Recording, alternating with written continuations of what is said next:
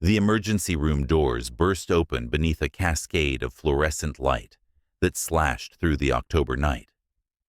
Paramedics rushed a stretcher forward, the wheels clattering against the linoleum. On it lay William Mitchell, 65. Once a man of commanding strength, now fragile and unmoving beneath a hospital sheet. Sweat matted his silver hair. His right hand, limp and ghostly pale, dangled over the side, an envelope slipping from his fingers toward the cold, uncaring floor. But the envelope never hit. A German shepherd moved with sharp purpose, catching it gently in his mouth. Atlas, his companion, his shadow, stood braced in the hallway chest, heaving amber eyes locked on William's face as the stretcher vanished behind authorized personnel only. A low, unsettled whine built in Atlas's throat, trembling like a held-back scream. "Sir, the dog can't be in here," a nurse said. But her voice was just another sound, swallowed by chaos. Staff gathered, unsure whether to treat him as a threat or a soldier. His military vest bore medals and patches. He was no pet. But policy was policy. As voices debated, a doctor emerged from behind the doors. He didn't need to speak loudly. The weight in his eyes said enough. Time of death, 23:47. Atlas released a howl that split through steel and silence.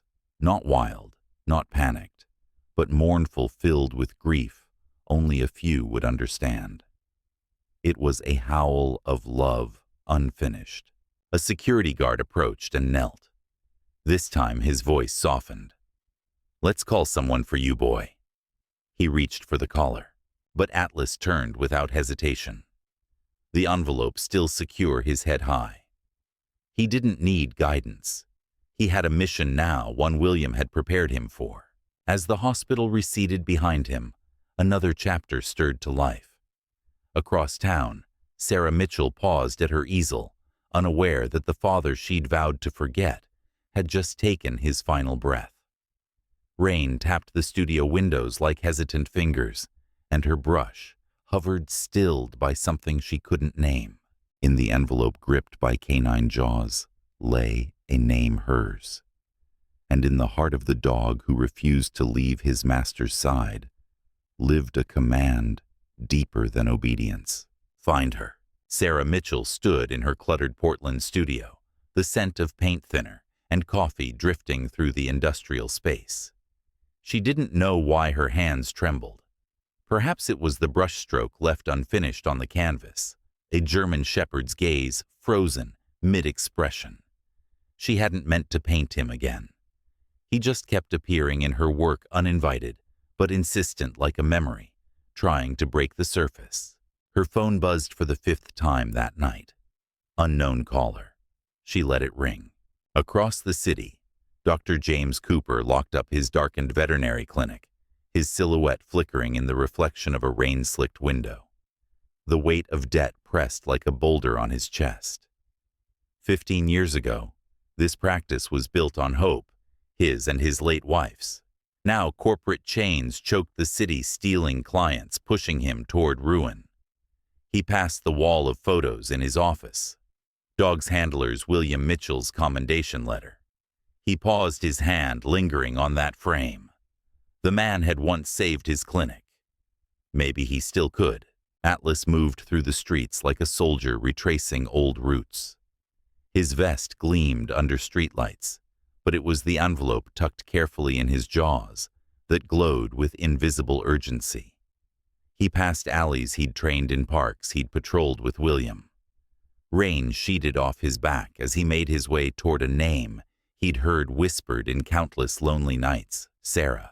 Detective Emily Rivers stood beneath the awning outside Portland General Hospital, flipping through notes with practiced detachment. But the unease in her stomach grew. William Mitchell's death didn't sit right. A healthy man, no obvious cause, a ransacked study, and a military-trained German shepherd holding onto a letter like it contained state secrets. She'd seen enough to trust instincts sharpened by 20 years on the force. something was off, and as the rain carved rivers through the city, it also carved paths unseen, but inevitable between lives that had been drifting in parallel silence. William's death wasn't an ending. It was a signal flare. Atlas paused at an intersection, nostrils flaring. The scent was faint, but familiar. His ears twitched. His chest rose. The city was full of noise and strangers, but only one name had been spoken with reverence in William's final moments: Sarah. Sarah's studio phone rang again. This time the display showed a name: Portland General Hospital. Her brush dropped, splattering blue across her sneakers. Somewhere deep inside, she'd been bracing for this moment her entire life. Ever since her father left without explanation, she'd trained herself to fear unknown calls. She let it ring twice more, then picked up. The voice on the other end was calm, but deliberate. A doctor. Her father had passed. Sudden, peaceful, no signs of suffering. A pause. There's also a dog, a German shepherd, military markings. He brought a letter. A breath caught in her throat. She didn't ask why her name had been written on that envelope. She knew. William Mitchell never said what he meant. He left messages in silence and sacrifice. Detective Rivers, now investigating the strange circumstances of William's death, lingered in the hospital hallway. Security footage showed the man frantically writing an email to Sarah just minutes before collapsing. His last command, spoken clearly to the dog, remained a mystery. Atlas still waited at the hospital entrance, rain dripping from his muzzle. The envelope remained unscathed. His loyalty didn't falter, but something in his posture had changed. Not mourning, not confusion, purpose. By the time Sarah arrived, pale and silent, the air had shifted. Atlas's eyes met hers, not in a way dogs normally look at strangers, but with the searching focus of one who had waited a long, long time. He approached slowly the envelope, now dampened by hours of vigil. With practiced gentleness, he laid it at her feet. Then he sat, waiting. Sarah stared down at the letter as if it were a ghost. Her hands didn't move, but her lips did, whispering a name she hadn't spoken aloud in years. Dad. Around them, the bustle of the hospital carried on. But in that small circle of silence, something ancient passed between woman and dog. Not recognition, not trust, not yet, but the first crack in a wall 2 decades high. Sarah sat in the hospital's small family waiting room, the envelope trembling in her hands. Atlas lay at her feet, unmoving, except for the occasional twitch of an ear. His eyes never left her. She hadn't opened the letter yet. Somehow holding it felt safer than knowing what was inside. Detective Rivers entered quietly, her steps light, but her gaze sharp. She studied Sarah, then Atlas, then the way both existed in the same silence, as if sensing the same loss, from opposite sides of a wound. "I don't think your father died naturally," Rivers said, her voice low. His study was in disarray, safes open, drawers pulled, and he was writing you an email when he collapsed. Sarah blinked. "We hadn't spoken in 20 years. Exactly." Rivers paused, but the way he prepared everything, updated passwords, labeled files, gave this dog very specific instructions. He knew something was coming. Sarah finally opened the envelope. Inside was a single sheet of paper with her name at the top, in her father's precise handwriting. Below it, coordinates, notes, a reminder to trust Atlas. Her stomach tightened. Meanwhile, in another part of the city, Dr. Cooper stared out his clinic's rain-smeared window. He'd seen the shepherd outside earlier, knew it was Atlas the moment he caught sight of the vest. William's dog, a living symbol of everything he owed and everything he was about to lose. His gaze shifted to a letter from the bank foreclosure notice. 30 days. The check William had promised sat unsigned, unreachable. He whispered into the dark. "Why didn't you sign it, Will?" Back at the hospital, Atlas stood and nudged Sarah's hand. Not insistently, but like a guide, inviting her forward. She looked down at him, surprised by how grounded he made her feel. How familiar. "How does he know me?" she whispered. Detective Rivers didn't answer. Instead, she offered a quiet truth. Sometimes the ones who watch us from afar leave deeper marks than the ones who stay. Sarah held the paper closer. The coordinates pointed somewhere nearby Forest Park. Her father had walked those trails with Atlas. It wasn't over. Not yet. And as the rain lightened and Portland exhaled its midnight breath, the girl who had sworn never to forgive took the first step toward understanding. The Mitchell estate stood on the city's wooded edge, shadowed by towering Douglas firs and memory. Sarah hesitated at the front door. Beside her, Atlas pressed close, not to guard her, but to center her, as if sensing the tremor in her breath. Inside the home had the stillness of a place suspended in waiting. Nothing out of place except the study. Papers lay scattered across an antique rug. The wall safe stood open, its contents missing. A cold mug of coffee remained untouched, and a computer screen glowed with an unfinished email addressed to her. Her name, blinking in the recipient field, made her heart ache in unexpected places. Detective Rivers stepped into the room, flipping through a notebook. "He was trying to get something to you. His journals are gone. So is a USB drive. But he left. Breadcrumbs." In the bottom desk drawer, they found a journal addressed to Sarah. Its pages chronicled 20 years of silence entries, filled with unsent thoughts, moments observed from a distance, clippings from her gallery shows, receipts for art supplies anonymously donated, lease paperwork for her studio signed with a legal proxy. He had been there, not in person, but in every milestone. The bridge he couldn't cross, he built instead, in secret. Sarah read a passage aloud. June 15th, 2004. Sarah turned 16 today. I watched her from the car outside her school art show. Her talent takes my breath away. But what right do I have to tell her? Her voice cracked. Atlas leaned against her leg. Rivers pointed to a leather collar resting on the desk Atlas's. Inside it, a hidden metal plate was etched with coordinates. Forest Park. Sarah's eyes widened. It's where he took Atlas for training and hikes. The walls of the study whispered more truths. Hidden behind bookshelves, they found a second safe with documents about Dr. Cooper's clinic.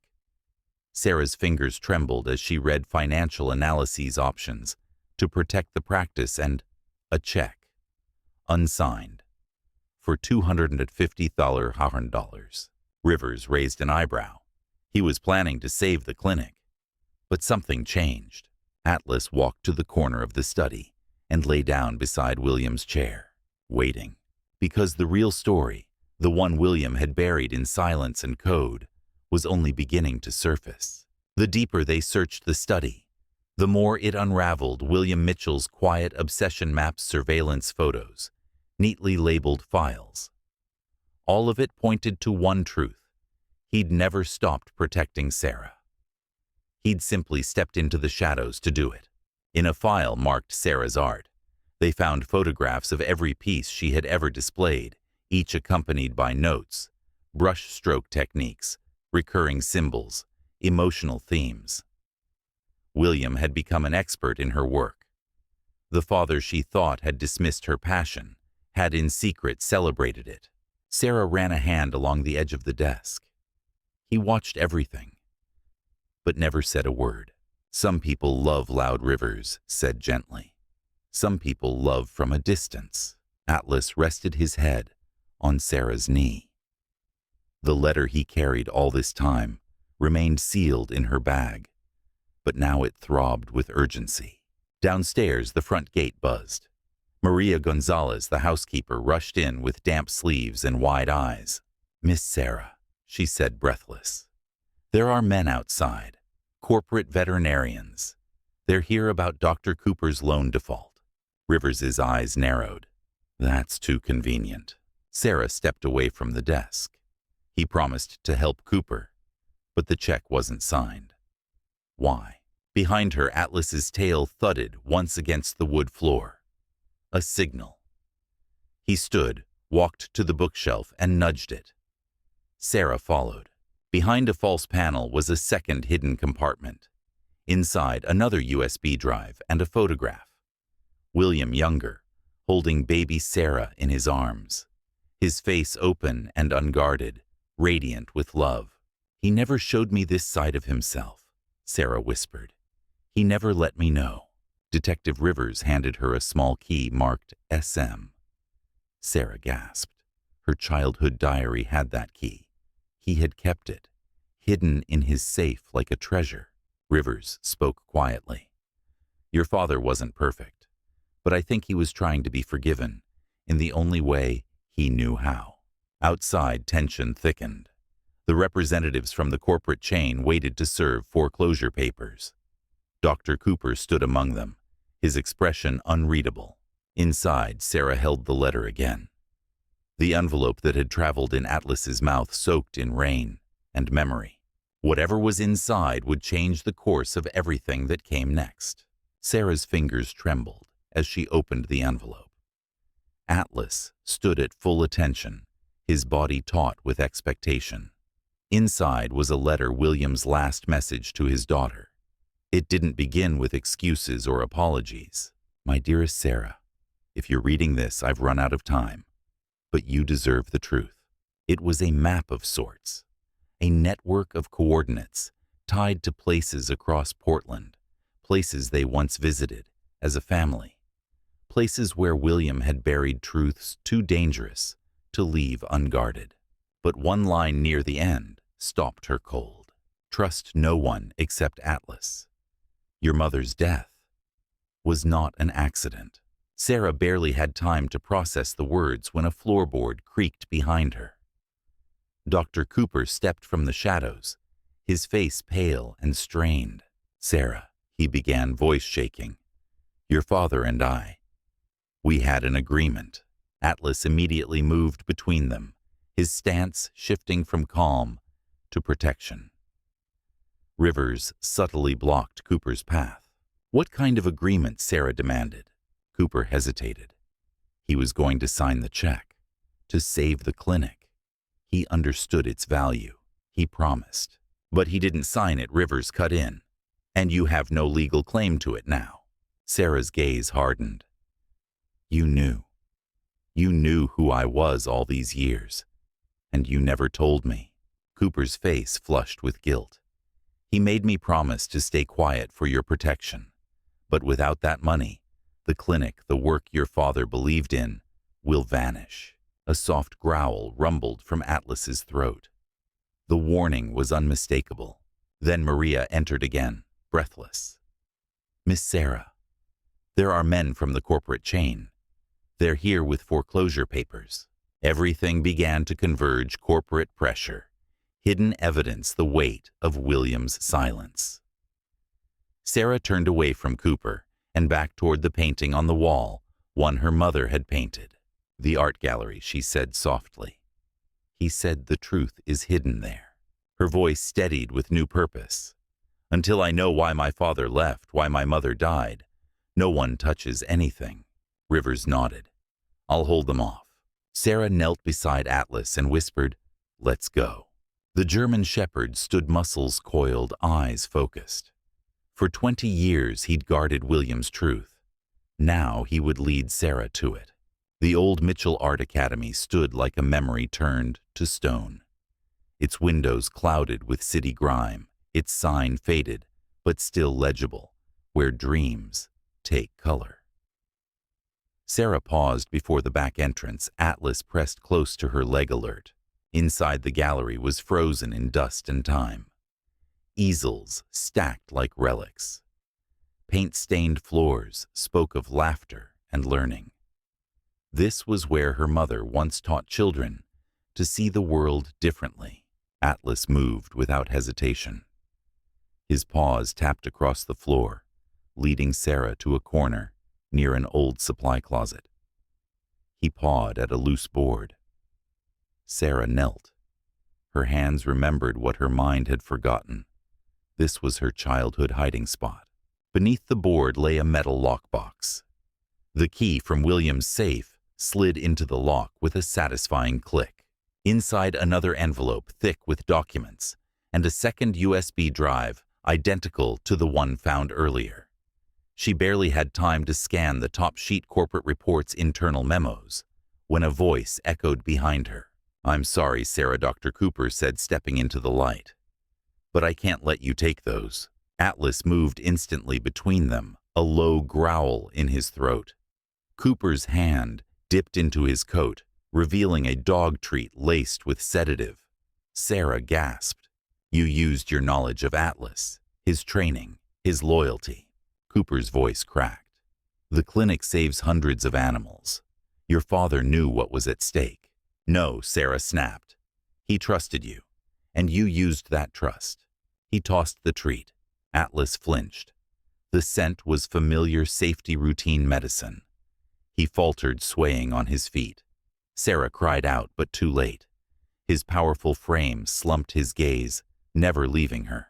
Cooper lunged. He grabbed the envelope from her hands. "I'm not the villain here," he shouted. "That evidence won't bring your mother back, but this money can save lives." Atlas struggled his breath, shallow eyes glassy. Sarah dropped to her knees beside him.